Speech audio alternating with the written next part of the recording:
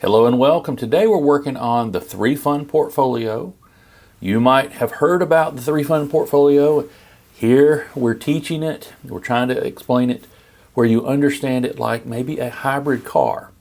So in a hybrid car you have an engine, you have a hybrid engine, and you have some comfort features like shock absorbers. So that's how I want to think about the three-fund portfolio.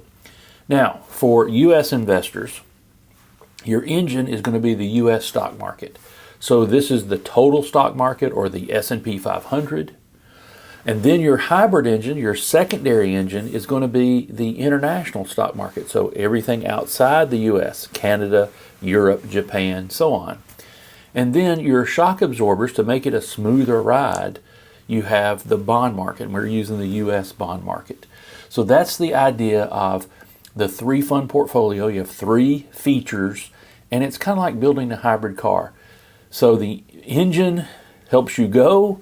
The secondary or the hybrid engine takes over sometimes, and then sometimes you definitely need a smoother ride. So you have a shock absorber, the bond market. So let me explain what that means. Now, this is a long-term focus. So the stock market, Warren Buffett quote here, the stock market is a device for transferring money from the impatient, I want it now, to the patient. So we believe in buy and hold and build your wealth that way. So let's look at the three different pieces of this hybrid engine, the hybrid car here. So what happens is over time, the S&P 500, and we're using actual data for, this is actually 29 years. So we're using the three different Vanguard funds. So one for the S&P 500. That's not quite the same thing as the total U.S. stock market, but it's very similar. And so then what you see is the line is more jagged, but it grows higher. International stocks is this one that's kind of in gold. And so then the U.S. bonds, you see this blue line is much straighter, much flatter, not as exciting, right? So the other way to think about it is like, do you want an exciting roller coaster? Do you want a baby coaster or whatever? So bonds, just that slow, steady ride. Now, this same graph, we can look at this as a chart. So the S&P 500 over the last 29 years, from 1997 to 2025, these are real numbers. The annualized return, or compounded annual growth rate, CAGR, that's what we call it, is close to 10%. So sometimes you hear people say, well, the stock market does 10%, so just think 10%. And so this is where they're getting it from over a long period of time. Now we're talking about 29 years. Comment in the link below, are you even 29? So this may be older than you are, longer period of time than you are. That's fine.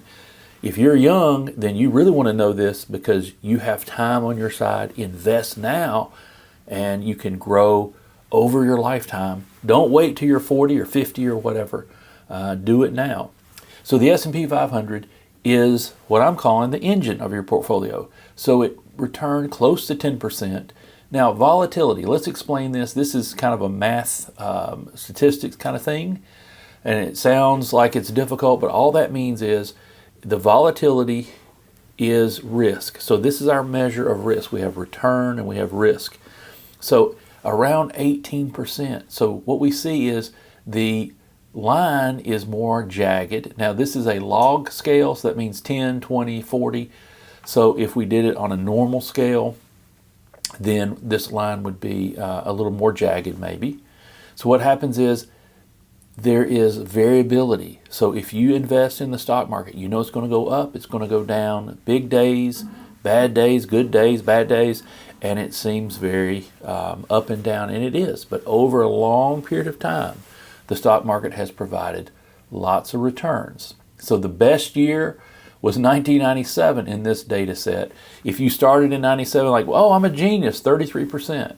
But you hang around until 2008, and you lost 37%. So your $100,000 portfolio was down to, 37% was down to like 63,000. And you think, uh-oh, I'm so sad.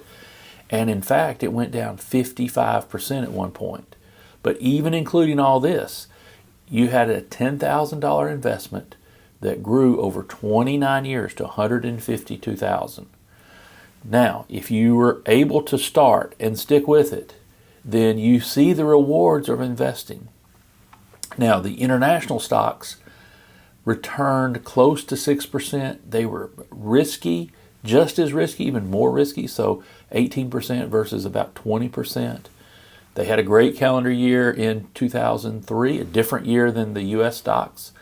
Everybody had a bad year in 2008.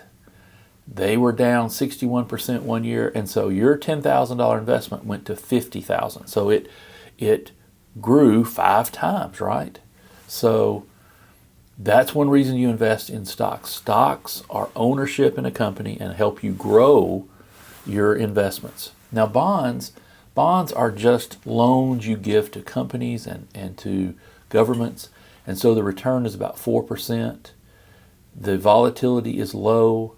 Your best calendar year is much less. Your worst calendar year is much less.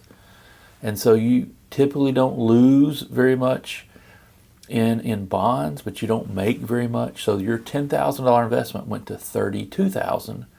And so you say, oh, I'm happy because, there's no big ups and downs. But there's really the bonds. We're going to say that this is our engine, the S&P 500 or the U.S. stock market.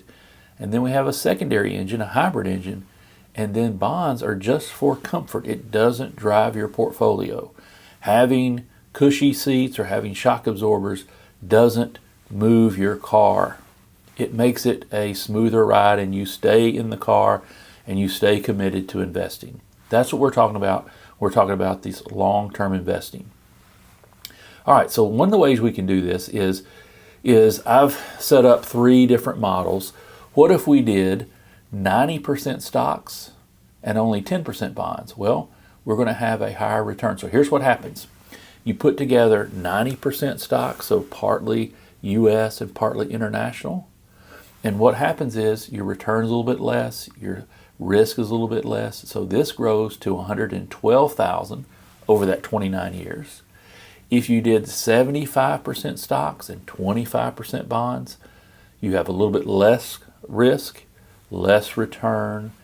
And what happens is your $10,000 grows to $98,000. It's still 10 times. That's pretty fantastic. And then 60-40, you're saying, hey, I want a smoother ride. It's going to be a slower ride. And so lower return, lower risk, and it goes from $10,000 to $83,000. Now, there's not going to be a perfect portfolio, but having these index funds where you own, 90-10 or 75-25 or 60-40 is going to be a really good portfolio, better than a majority, better than most, and you'll be happy in the long run. What you need to do is think, hey, I want to start investing. I want to put some money in every month, have some money rolled over from a 401k or whatever. And so you need to pick, can I sleep at night if I do the 90-10? Or do I need the 75-25? Or do I need the 60-40? Now, if you're going to watch it every day and your mood changes based on if it's up or down, then you probably don't want to do the 90-10. If you think, hey, long term, it's fine, then you have to figure out your temperament and your level of comfort. There's not a right answer and there's not a wrong answer, but you want to get started investing. None of this should mean, hey, I'm afraid to start. Don't be afraid to start. Start with a 75-25, and then you can go up or you can go down, whatever works. But starting investing is going to be a big, important thing. So let's see what else we have. Now, here's the way to look at the 3-fund portfolio based on the S&P 500 and bonds. What you'll see, bonds is not really long-term investment strategy. So the very best was the S&P 500. Now, here's the problem. We know the very best by looking backwards. We don't know the very best looking forward. Right now, I'm recording this August of 2026. We don't know what the best portfolio going forward is. If we could just have, Back to the Future and come back 20 years, somebody from the future says, do this. Well, that would be really nice. We don't have that. So what happens is we we go with the S&P 500, we go with international stocks, and we go with bonds.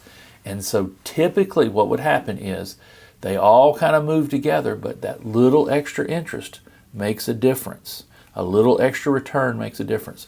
So you go from 10,000 up to, so this is the S&P 500, 152 for the S&P 500, 112 for the 90-10, 98,000 for the 75-25, and the 83,000 for the 60-40 portfolio. And then bonds are not really beating inflation, really. So what happens is there's no one best portfolio. You need to decide, hey, I want to start. You can do it yourself. We have a Finally Learn Investing course and community that we're building to help you learn. So there's links to it below. I would love to work with you, love to help you learn. Hey, thanks for watching, and we'll see you on the next video.